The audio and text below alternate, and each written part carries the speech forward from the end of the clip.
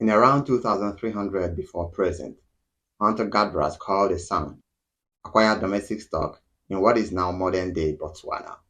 Their population grew and spread throughout the western half of South Africa. They were the first pastoralists in southern Africa and called themselves Khoisan or Khoi, which means men of men or the real people. This name was chosen to show pride in their past and culture.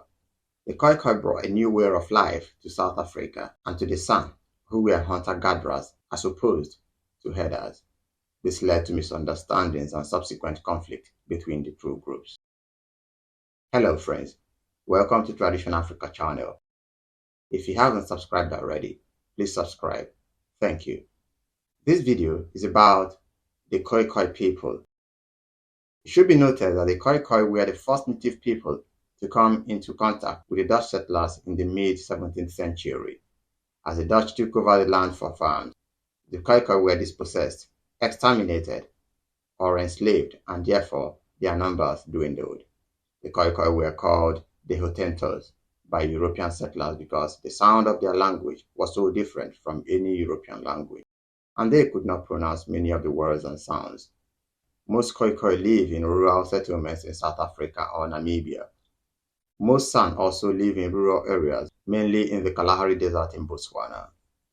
As stated earlier, the Khoisan were the first livestock farmers in southern Africa.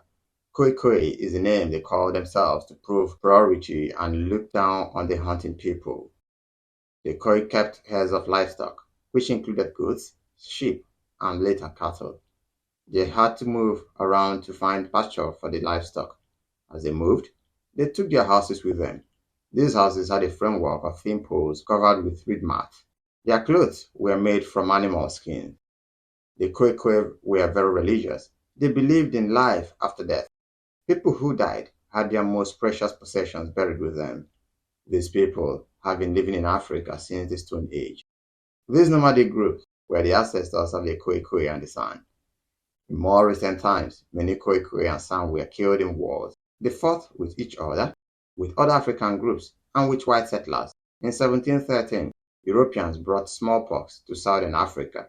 The smallpox epidemic caused the death of many Khoisan, San, and other indigenous people.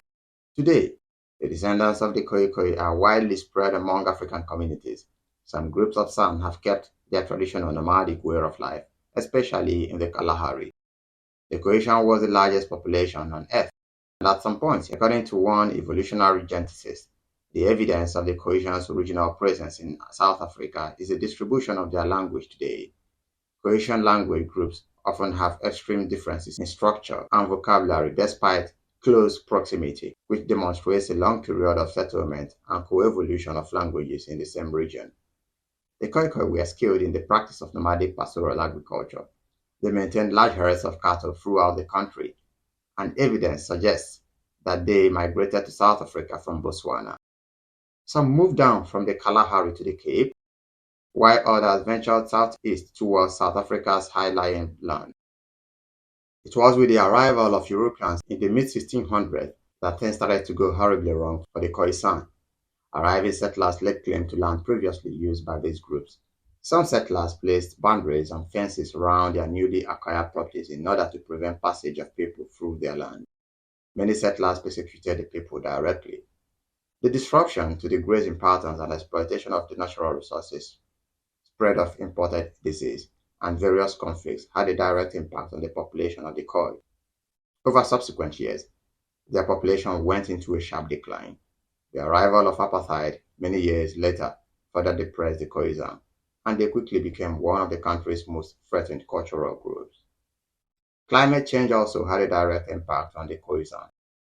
22,000 years ago, when they first lived in southern Africa, the land was wet, fertile, and full of wild game. All of this started to dry out as the region became hotter and drier.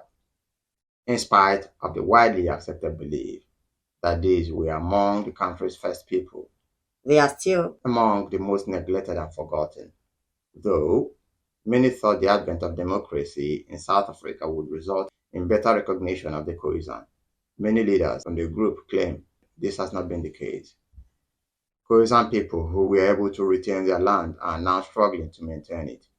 and there are few resources and little government emphasis being put on securing and improving living conditions in these remote regions of South Africa. In spite of recognitions in the country's new coat of arms, leaders of the Khoi and San claim they are consistently ignored by the South African government.